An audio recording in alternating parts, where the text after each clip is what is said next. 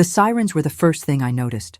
Not the faces of my neighbors pressed against their windows, not the way my hands were shaking so hard I couldn't hold the phone steady, not even the fact that I was standing in my bathrobe at 3 in the morning on my front lawn. Just the sirens getting closer, splitting the night air like a knife through butter. Behind me, my house, the house I'd lived in for 42 years, the house where I'd raised my children, buried my husband, celebrated every milestone, stood dark and silent. Empty. Because 20 minutes earlier, I'd walked out of it for the last time, carrying nothing but my purse and the manila envelope that held 12 years of bank statements, 12 years of receipts, 12 years of proof that my own son and his wife had been bleeding me dry while calling me their charity case. But let me back up, because this story doesn't start with sirens and shame. It starts 3 months earlier, on a Tuesday evening that seemed like any other. It was late September in Phoenix, the kind of evening where the heat finally breaks and you can breathe again. I was at David and Melissa's house for dinner, same as I'd been every Tuesday for the past 12 years. Ever since my husband Frank passed, they'd insisted I come over. Family dinner, they called it. A way to make sure I wasn't alone too much. At least, that's what I told myself it was. Their house was beautiful, modern, all clean lines and expensive furniture that I'd helped pay for, though I didn't think of it that way at the time. I thought of it as helping, as being a good mother, as making sure my son and his wife could live the life they deserved. The neighborhood itself was upscale, one of those gated communities where the lawns are always perfectly manicured and the houses all look like they could be featured in architectural magazines. Every time I drove through those gates, showed my ID to the security guard, who never quite remembered me, despite 12 years of weekly visits, I felt this strange mix of pride and inadequacy. Pride that my son had made it this far. Inadequacy that I still lived in my modest ranch-style house across town, the one Frank and I had bought when David was just a baby. I'd brought dessert, like always. A pecan pie from the bakery on Camelback Road, the one that costs $18 but makes everything from scratch. I could have made one myself. I used to be quite the baker. But Melissa had mentioned once, years ago, that homemade desserts felt too heavy after dinner, so I bought them instead. Small sacrifice, right? The thing is, I'd won ribbons at the state fair for my pecan pie. 3 years running in my 40s, before Frank got sick. People used to beg me for the recipe, but Melissa preferred store-bought. So store-bought it was. I'd boxed up my pie tins years ago, stuffed them in the garage next to Frank's golf clubs and the Christmas decorations we'd collected over decades of marriage. The dinner was pleasant enough. David talked about his work, something technical with computers that I never quite understood. Melissa discussed their upcoming vacation to Cabo, the 3rd one that year. I smiled and nodded and asked questions and tried not to notice that they never asked about my life. But then, what was there to ask? I was just their mother, their charity case, living my quiet little life in my quiet little house. I tried once, early in the evening, to mention something about my life, about the new volunteer position I'd started at the library, helping seniors learn to use computers. Melissa's eyes glazed over almost immediately. She picked up her phone, started scrolling. David kept eating, making those small encouraging sounds that people make when they're not really listening. Within 30 seconds, Melissa had changed the subject back to their Cabo trip, to the resort they'd chosen, to the excursions they'd booked. I shut up and went back to my salad, went back to being the audience for their lives. The wine flowed freely that night, more than usual. I stuck to one glass, but David and Melissa were on their 3rd bottle by the time we moved to the living room. That's when things got loose. When guards came down. When people say things they might normally keep locked away. Melissa was laughing about something, her voice carrying that sharp edge it gets when she's had too much to drink. I was half listening, thinking about whether I should head home soon, when I heard her say it. Just tossed it out there like she was commenting on the weather. Oh God. Remember when David's charity case needed money for that roof repair? I thought we'd never hear the end of it. The room didn't go silent. That's what you'd expect, right? But no, David just laughed. Actually laughed. said something about how I did go on about it. And I sat there on their expensive couch, holding my wine glass with the pie sitting untouched on my lap, and felt something inside me crack. Not break, not yet, just crack, like ice on a pond when the temperature drops. Charity case. That's what I was to them. Not mom, not family, not even a person really, just a charity case. My hands had gone numb. I remember that specifically. The wine glass felt like it was floating in my grip, weightless and precarious. I was afraid if I moved, if I breathed too hard, it would shatter. Or maybe I would. I set the glass down carefully on the coffee table. The hand-blown glass coffee table, I'd bought them for their 5th anniversary, $2,000 that I'd saved up for over 6 months. My fingerprints left smudges on the glass stem. Melissa would probably wipe them off the moment I left, restore everything to its pristine state, erase the evidence that I'd been there at all. I went home that night and couldn't sleep, kept replaying it in my mind, trying to make it mean something different. Maybe I'd misheard. Maybe it was an inside joke I didn't understand. Maybe. But deep down, in that place where we keep the truths we don't want to face, I knew exactly what it meant. The next morning, I did something I hadn't done in years. I pulled out my bank statements, all of them, started going through them line by line, month by month, year by year. And what I found made that crack spread wider. 12 years of help. That's what I saw. 12 years of transfers, checks, cash withdrawals, the roof repair, $28,000, the car when theirs broke down, $15,000. The kitchen renovation that Melissa just had to have, $42,000. David's business loan that didn't quite cover everything, $35,000. On and on and on. Small amounts, large amounts, emergency amounts, just because amounts. I remembered that roof repair conversation now with painful clarity. It had been raining, unseasonably hard for Phoenix, and David had called me in a panic. Water was coming through their ceiling, damaging the hardwood floors, threatening the structural integrity of the house. They needed it fixed immediately, but their emergency fund was tied up in investments. Could I help? Just this once? They'd pay me back as soon as the investments matured. I'd transferred the money that same day. Never saw a penny of it back. Never even got a thank you card. But 2 months later, I saw photos on Facebook of them at a spa resort in Sedona. The trip had been Melissa's birthday present from David, according to the caption. #blessed. #grateful. #living our best life. I added it up 3 times because I couldn't believe the number, couldn't believe that over 12 years I'd given them $417,000. $417,000. That was nearly half of what Frank and I had saved over our entire marriage, half of our life's work, handed over in increments so small I'd never noticed the total. And you know what the worst part was? I'd volunteered it. Every single time. They'd mention a problem, I'd offer a solution. They'd sigh about expenses, I'd write a check. They never had to ask. I just gave and gave and gave because that's what mothers do, right? We sacrifice. We help. We make sure our children have what they need, except they didn't need it.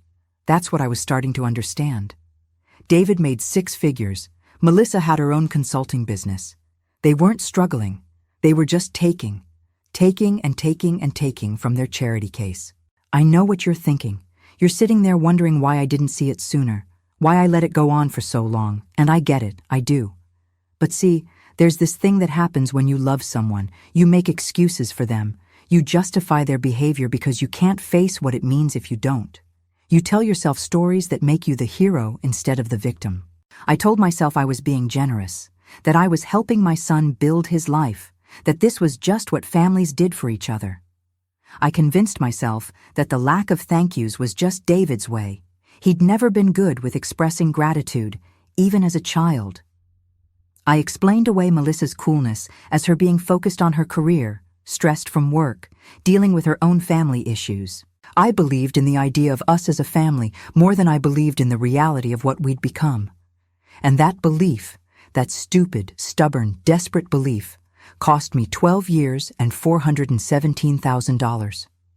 Frank used to say I had a blind spot when it came to David, our only child, born after we'd almost given up hope of having kids. I spoiled him, Frank said. Made excuses for him. Couldn't see him clearly because I loved him too much. I'd gotten defensive when Frank said those things, told him he was being too hard on our son.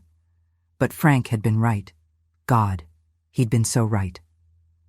I remember the last serious conversation Frank and I had about David. It was 2 weeks before Frank's heart attack, before everything changed forever. We'd been sitting in our backyard on a Sunday afternoon, drinking iced tea and watching the hummingbirds at the feeder I'd hung from the patio overhang. Frank had brought up David's latest request for money. I think it was for some business software he needed, about $3,000. Frank had asked, gently, why David never seemed to pay these loans back, why we never heard from him unless he needed something. I'd exploded, told Frank he was being cynical, that he was poisoning me against our own son. David was busy, I'd said, building his career, making his way in the world. Of course he couldn't visit as often as we'd like. Of course he was focused on his own life. That's what we raised him to do, wasn't it? To be independent. Frank had looked at me with such sadness. He'd reached over and taken my hand, and he'd said, "Sweetheart, there's a difference between independence and indifference, and you deserve better than indifference." I'd pulled my hand away, changed the subject. We never talked about it again. 2 weeks later, Frank was gone, and I was alone. And David's Tuesday dinners felt like a lifeline instead of what they really were, a fishing line with me as the catch.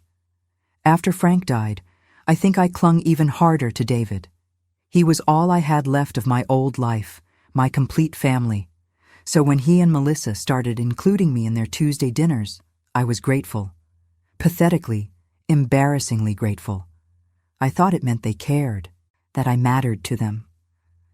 I'd sacrificed so much for that belief, not just money, though God knows that was enough, but friends too.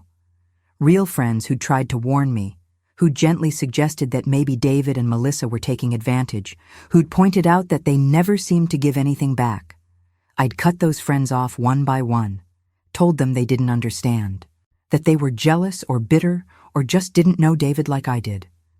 My book club friends stopped inviting me after I snapped at Helen for suggesting that healthy relationships were reciprocal.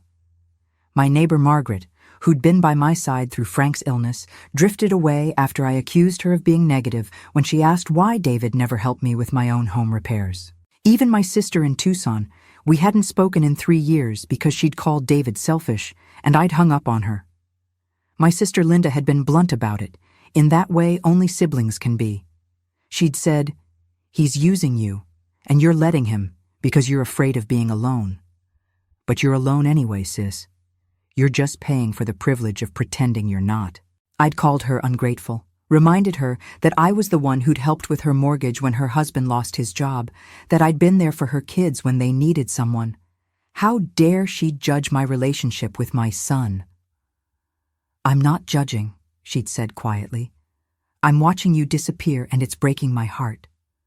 I'd hung up, blocked her number, told myself she was toxic, that I didn't need that kind of negativity in my life. What I really meant was that I couldn't handle the truth. Not then. I'd isolated myself completely, all in service of maintaining this fantasy that my son loved me, that family meant something, that I wasn't just an ATM with a pulse. The weeks after that dinner were strange. I kept going through the motions. Tuesday dinners, weekend calls, the whole routine. But I was different. Watching. Noticing things I'd trained myself not to see. Like how Melissa's eyes would light up when I walked in. But only if I was carrying shopping bags or had mentioned money recently. How David would get tense when I talked about my own life, my own needs, but relax the moment I asked about theirs. I started paying attention to their body language. The way Melissa would check her watch if I talked for more than a minute about anything unrelated to them. The way David's smile never quite reached his eyes when he greeted me. The way they'd exchange glances when I mentioned being tired or not feeling well.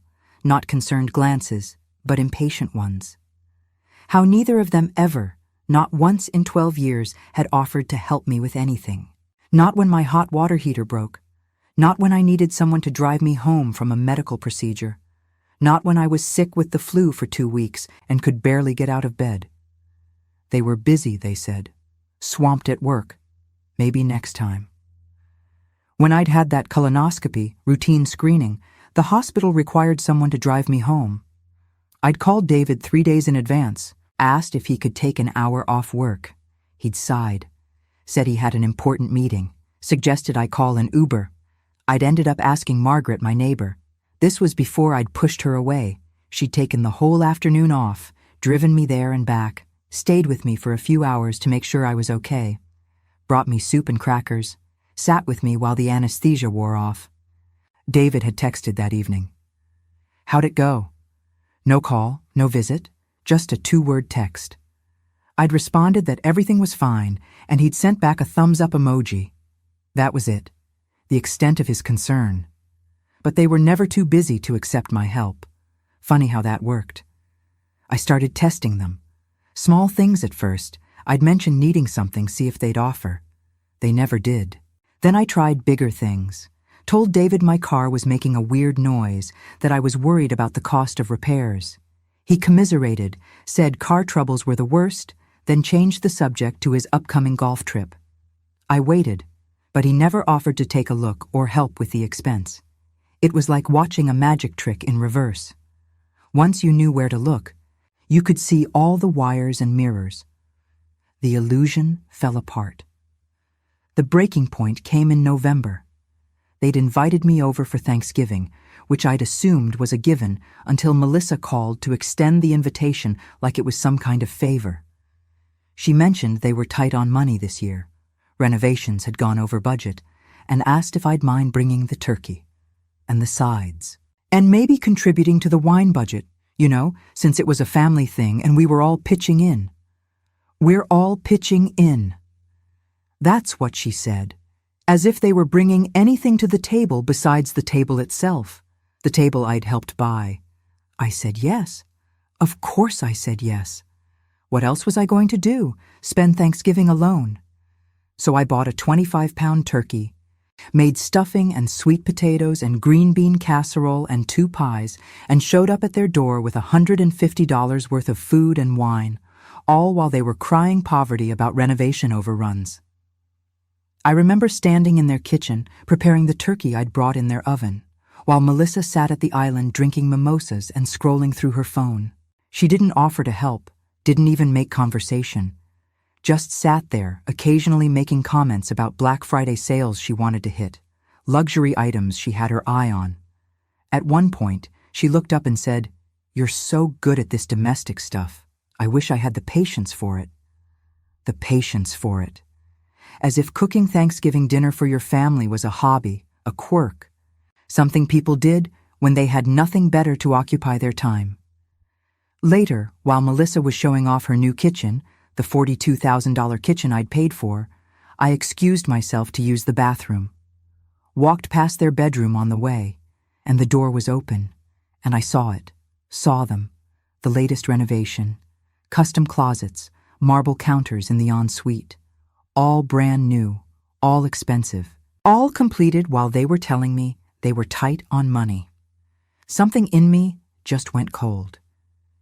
You know that feeling when you've been carrying something heavy for so long that you don't even notice the weight anymore?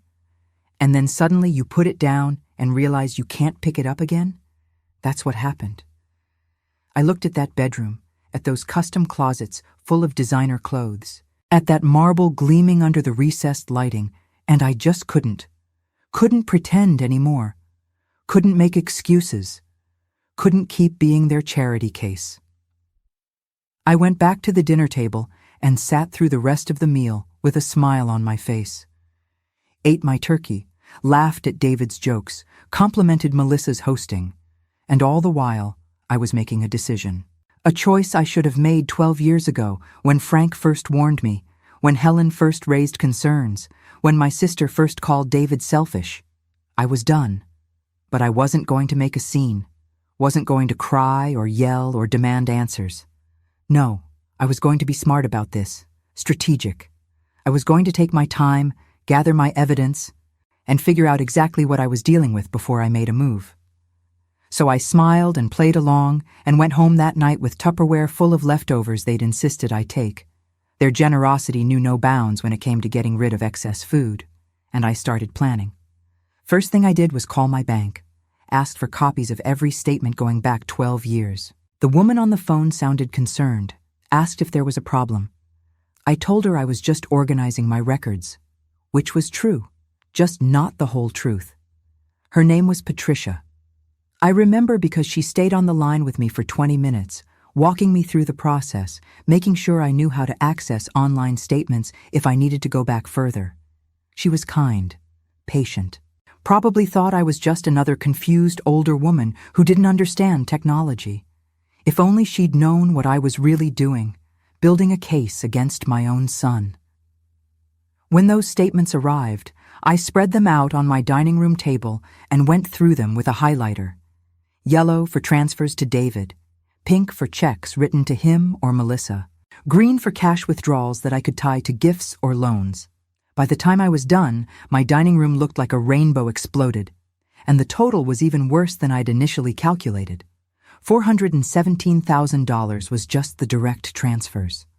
When I added in the gifts, the dinners I'd paid for, the vacations I'd subsidized, the clothes and furniture and electronics I'd bought them over the years, the number climbed closer to $500,000. I had to stop several times, get up, walk to the kitchen, pour myself water I didn't drink, come back, keep adding.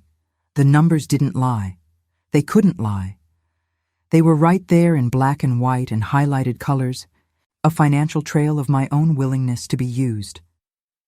I thought about Frank's life insurance policy, the one I'd promised myself I'd never touch, that I'd save for a real emergency. I'd given David $15,000 from it for that car. Told myself it's what Frank would have wanted. But would he? Would Frank have wanted me to drain our life savings so our son could drive a luxury SUV while claiming he couldn't afford to visit his mother on her birthday? $500,000. That's what being a good mother had cost me. I sat there staring at those highlighted statements, and I thought about Frank, about the life we'd built together, about the dreams we'd had for retirement, the trips we were going to take, the things we were going to do. We'd been careful, Frank and I. Saved every penny we could. Lived below our means so we'd have security in our old age. And I'd given half of it away to people who saw me as their charity case. Did you know that approximately 4% of elder abuse cases involve fraud related to government health programs? I learned that in the research I started doing. I wanted to understand what was happening to me, put a name to it, financial exploitation they called it.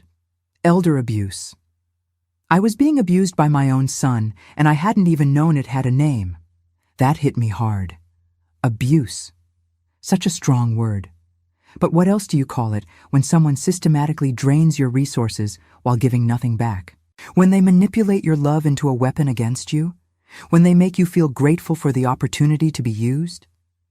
I spent December gathering evidence. Not just bank statements, but emails too, text messages.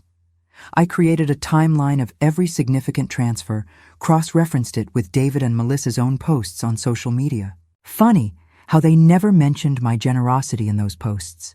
Never thanked me publicly for the kitchen renovation or the car or the business loan.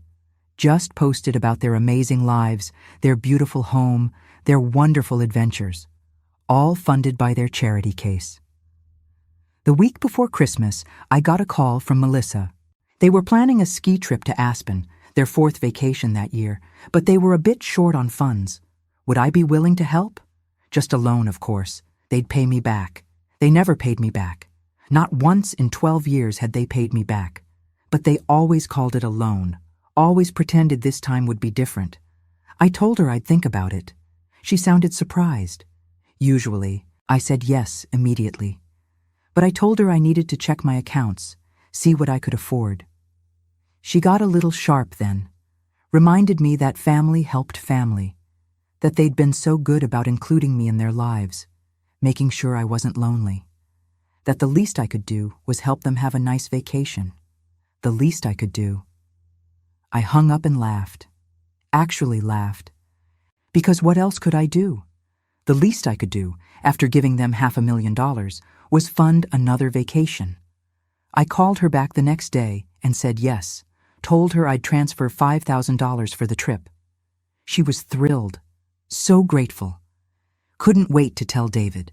They'd send me pictures from the slopes. But I didn't transfer the money. Instead, I printed out that conversation, added it to my evidence file, and started making other plans. I'd like to tell you I had some brilliant revelation, some moment of clarity that showed me the way forward. But the truth is, I was lost. I'd cut off all my friends, alienated my sister, built my entire post-Frank life around David and Melissa. I had no one to turn to, no one to ask for advice, no one who'd understand what I was going through. Or so I thought. Because the day after I promised Melissa that money, I got a Facebook message from someone I hadn't spoken to in years. Helen, my old book club friend. The one I'd snapped at and pushed away. She'd seen my profile picture from Thanksgiving. Melissa had tagged me in a family photo and reached out to say hello. Just a simple message.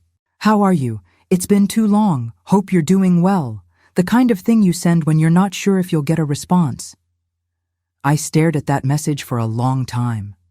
Wondered if I should ignore it, pretend I hadn't seen it, maintain the fiction that I was fine and happy and had made the right choices. But I was so tired of pretending, so tired of being alone with this knowledge of what my life had become. So I wrote back, and before I knew it, I was telling her everything. The dinners, the money, the charity case comment. All of it spilled out in a message so long it probably should have been a memoir. I hit send before I could second-guess myself, then sat there waiting for her response, half expecting her to gloat or say, "I told you so," but she didn't. She just said, "I'm coming over." Helen showed up at my door 2 hours later with a bottle of wine and a box of tissues. We sat at my dining room table, surrounded by my highlighted bank statements, and she listened, really listened. Didn't interrupt, didn't judge, just let me talk until I'd said everything I needed to say. When I finally ran out of words, she looked at me and said something I'll never forget. She said, "You're not crazy, you're not overreacting, and you're not alone anymore." I cried then. Really cried, for the first time since that Thanksgiving dinner. Cried for the money, yes, but mostly for the years, for the belief I'd held on to so desperately, for the mother I'd thought I was, and the fool I'd actually been. Helen didn't try to fix it. Didn't offer solutions or tell me what to do. She just sat with me in it, held my hand while I grieved for the relationship I'd thought I had with my son. And when I was done crying, when I'd used up half the tissue box and probably looked like a drowned raccoon, she asked what I wanted to do next. That's when I told her about the evidence I'd been gathering. Showed her the statements, the timeline, the text messages. Watched her face change as she realized the scope of what had been happening. She got angry then.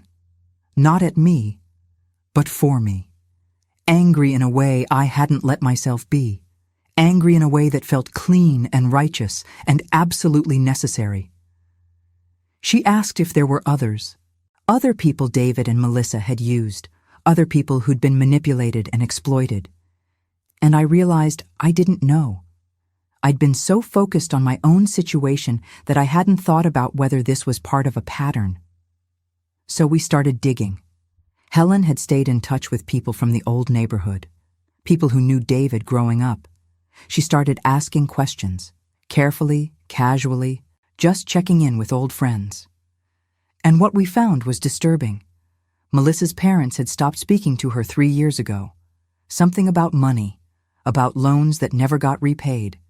David's college roommate had cut ties after David borrowed $10,000 for a business venture and never paid it back. There was a former business partner who'd lost his shirt when David dissolved their company and took all the assets. On and on it went, a trail of burned bridges and exploited relationships. We weren't dealing with a one-time thing. This was who they were, who they'd always been. I'd just been too blind to see it. Helen suggested we reach out to some of these people, not to commiserate, though that would have been nice, but to coordinate, to compare notes, to see if there was strength in numbers. So that's what we did. Over the next few weeks, we quietly contacted everyone we could find who'd been burned by David and Melissa. Melissa's parents, the college roommate, the business partner, even a few neighbors who'd loaned them money for various emergencies that never quite got repaid. Some people didn't want to talk about it. The shame was too fresh, the hurt too raw, but others were ready, angry, looking for a way to make sense of what had happened to them. We started meeting, just a small group at first, sharing our stories over coffee in my living room. It was cathartic, hearing that I wasn't alone, that other people had fallen for the same lines, made the same excuses, clung to the same desperate hope that this time would be different. We weren't stupid. We weren't weak. We were just people who'd believed in family, in friendship, in the basic human decency that says you don't exploit the people who care about you. Medical studies prove that gaslighting causes low self-esteem, depression, and even suicidal thoughts. I'd been living under that dark cloud for too long, telling myself I was overreacting, that I was being ungrateful, that I should be happy my son wanted me in his life at all. But I wasn't overreacting, I was underreacting. I'd been gaslit for 12 years into believing that being used was the same thing as being loved. Our group started calling ourselves the Recovery Committee, which made us sound like we were battling addiction instead of exploitation. But in a way, that's what it was. We'd been addicted to the idea of these relationships, hooked on the hope that things would change, that our love would be reciprocated, that we mattered. Now we were getting sober and getting strategic. Between all of us, we'd given David and Melissa close to $1 million over the years. $1 million of loans never repaid, gifts never acknowledged, emergencies that seemed to crop up with suspicious regularity. The business partner had the most documentation, contracts, emails, financial records from their dissolved company. Melissa's parents had kept every text message from the last fight, the one where Melissa had said some truly vicious things when they'd finally refused to give her more money. We compiled it all, created a file so comprehensive it could have been a legal brief. Every transaction, every broken promise, every manipulation. A complete accounting of their behavior. The question was what to do with it. Some people in the group wanted to go to the police, file charges for fraud or theft or something. But the lawyers we consulted said it would be hard to prosecute. Most of the money had been given willingly, documented as gifts or loans without formal repayment terms. We'd been too trusting, too informal, too family. Others wanted to go public, shame them on social media, let everyone see what kind of people they really were. But that felt too much like revenge, too personal. And honestly, I didn't want the publicity, didn't want to be the bitter mother who went to war with her son on Facebook. What I wanted was simpler. I wanted them to know that I knew, that we all knew, that their behavior had consequences, that they couldn't just keep burning through people and walking away unscathed. So we decided to write a letter. Not from me alone, but from all of us. A collective statement laying out exactly what they'd done, who they'd hurt, how much they'd taken. We included copies of all the evidence, bank statements, text messages, contracts, everything. Made it impossible for them to deny or minimize or explain away. And then we sent copies to everyone who mattered to them, their friends, their neighbors, their employers, Melissa's consulting clients. Anyone who had a relationship with them got a copy of that letter, along with an invitation to verify the claims themselves if they doubted us. We didn't ask for money back, didn't demand apologies, didn't threaten legal action. We just told the truth, laid it all out in black and white, and let the chips fall where they may. The letter went out in February. I didn't hear from David or Melissa immediately, which surprised me. I'd expected a phone call, an angry confrontation, something. But they went radio silent. Didn't call, didn't text, didn't show up at my door. What did happen was more subtle and more satisfying. Their friends started pulling away, declining invitations, not returning calls. The neighbors who'd thought them charming started keeping their distance. One of Melissa's biggest clients fired her after reviewing the documentation we'd provided, saying they couldn't work with someone who operated that way. David's employer called him in for a meeting about his conduct, concerned that someone who'd exploited so many personal relationships might not be trustworthy in a professional context. He didn't get fired, but he got a formal warning in his file.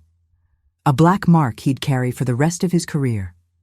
Their social media presence, once so carefully curated and full of enviable experiences, went dark. No more vacation photos, no more humble brags about their wonderful life. Just silence.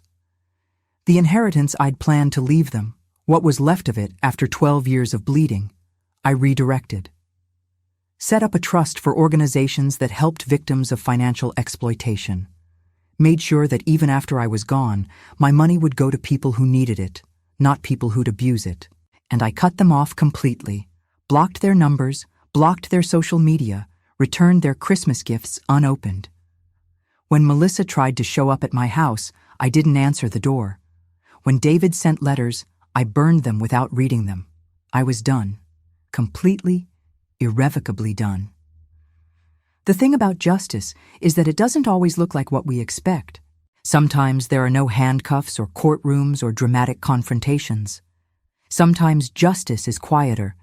It's watching someone's carefully constructed facade crumble.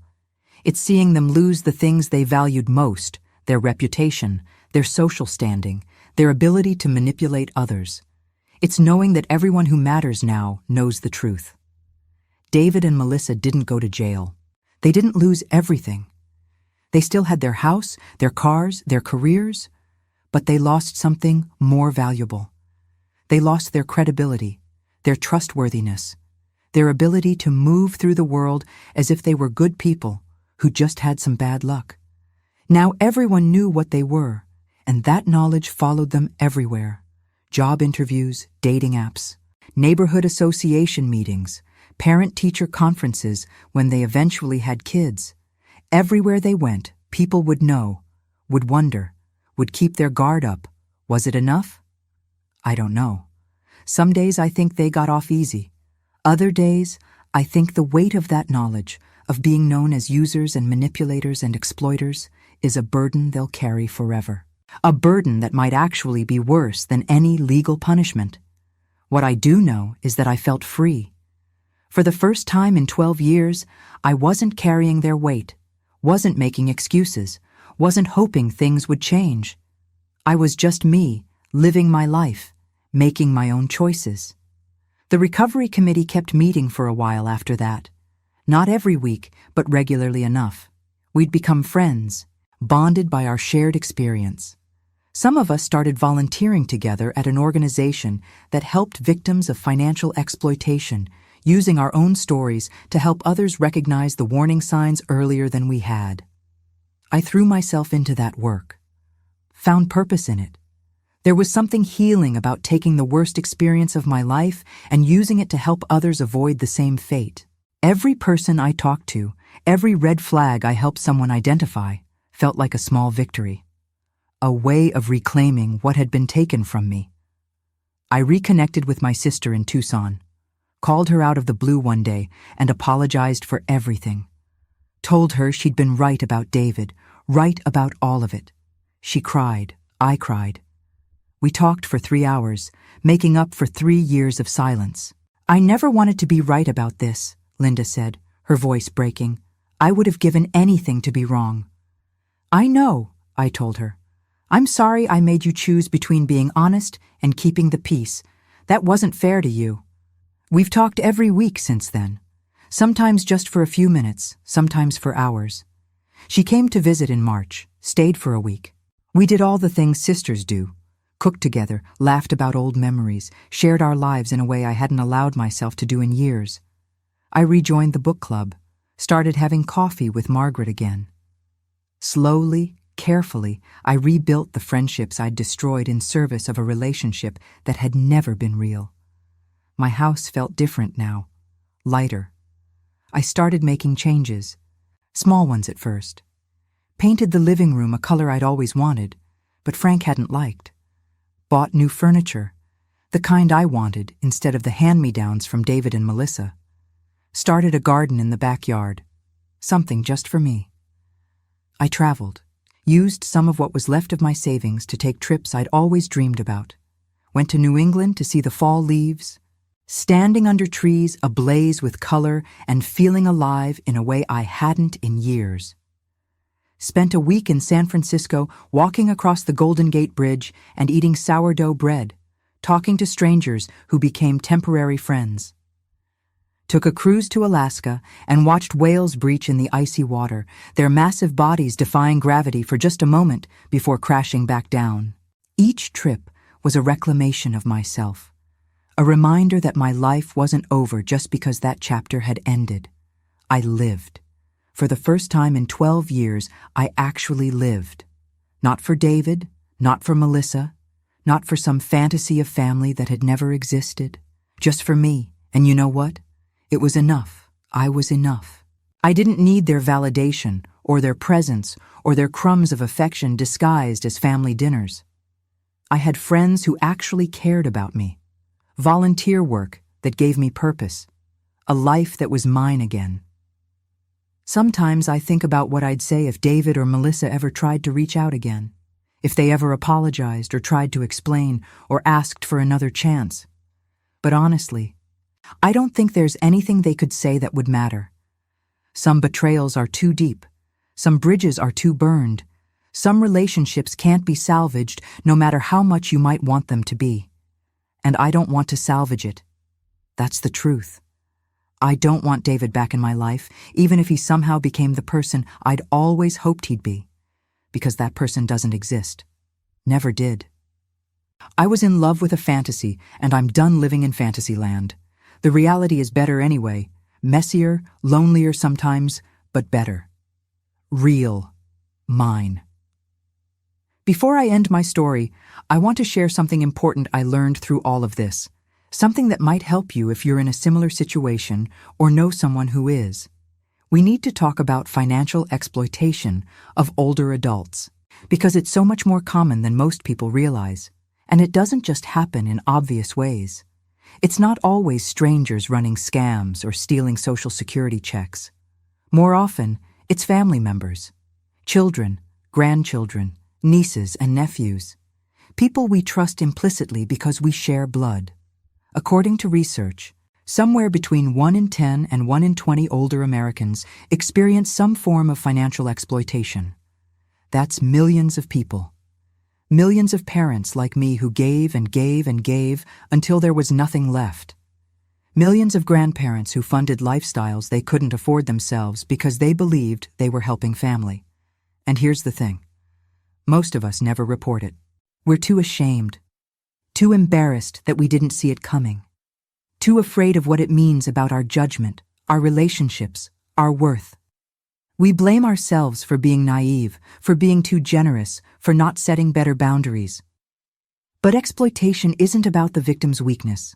It's about the perpetrator's willingness to abuse trust. You can be smart, educated, savvy about money, and still fall victim to someone who knows how to push your emotional buttons. Someone who knows that parents want to help their children, that will sacrifice our own security for their comfort, that love makes us vulnerable. The warning signs are there if you know what to look for.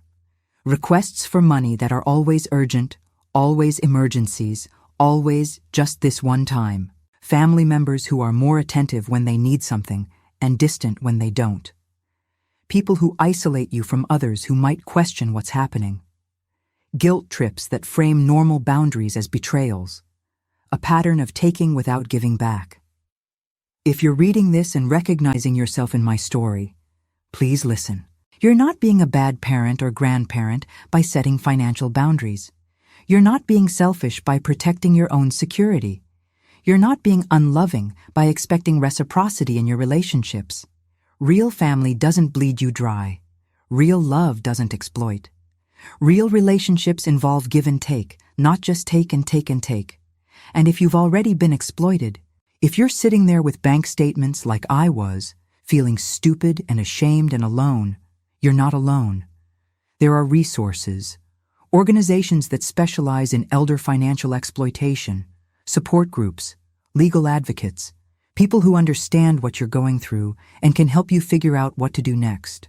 Document everything, keep records, take screenshots, save emails and text messages. Not because you necessarily want to prosecute or sue, but because having that documentation gives you power, clarity, proof that you're not crazy, that this really happened, that your feelings are valid. Talk to someone, a friend, a counselor, a lawyer, a support group. Break the silence. Shame grows in darkness, but it withers in the light. The more you talk about it, the less power it has over you. Set boundaries. It's not too late. It's never too late. You can say no. You can cut off contact. You can redirect your inheritance. You can stop being someone's ATM and start being your own person again. And maybe most importantly, forgive yourself. You loved someone. You trusted them. You wanted to believe the best about them. Those aren't character flaws. Those are human qualities. The flaw is theirs for exploiting those qualities, not yours for having them. I spent a year being angry at David and Melissa, but I spent another year being angry at myself. Angry that I hadn't seen it sooner. Angry that I'd let it go on so long. Angry that I'd sacrificed so much for people who valued me so little. But that anger wasn't serving me. It was just keeping me trapped in the past, reliving the betrayal over and over. So I worked on letting it go. Not forgiving them, they don't deserve forgiveness, but forgiving myself. Accepting that I did the best I could with the information I had. That I was operating from love, even if that love was misplaced. You can't change the past. You can't get back the money or the time or the relationships you sacrificed, but you can change your future. You can take the lessons learned and use them to build something better, something real, something that actually nourishes you instead of draining you. That's what I'm doing now, building a life that's mine, making choices based on what I want, not what someone else needs from me, spending my time and money on things that bring me joy instead of funding someone else's luxury at my expense. And you know what? It's pretty damn good. Better than I ever imagined it could be after everything fell apart. Because sometimes things need to fall apart before they can come together in a way that actually works.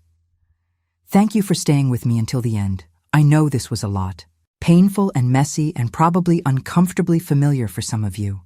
But if sharing my story helps even one person recognize what's happening to them, or helps one friend identify the warning signs in someone they love, then it was worth it. I'd love to know where you're listening from. What city, what time of day? Drop it in the comments. And if this story resonated with you, if you felt seen or heard or understood, hit that like button. It helps more people find these stories, more people who might need to hear them. And please, tell me in the comments, what would you have done in my place? Would you have confronted them directly? Gone to the police? Cut them off sooner? I'm genuinely curious about how others would handle this situation. Your perspectives help me process my own experience. If you're not already subscribed, please consider subscribing.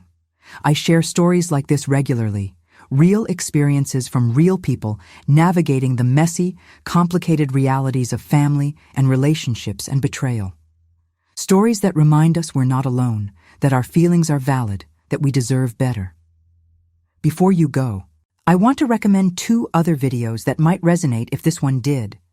There's one about a woman whose husband tried to steal her inheritance by forging documents, and another about a mother-in-law who used her position to financially control her son's family. Both stories of people who fought back and reclaimed their lives. Take care of yourselves, set those boundaries, trust your instincts. And remember, you're not someone's charity case. You're not a resource to be exploited. You're a whole person deserving of respect and reciprocity and real love.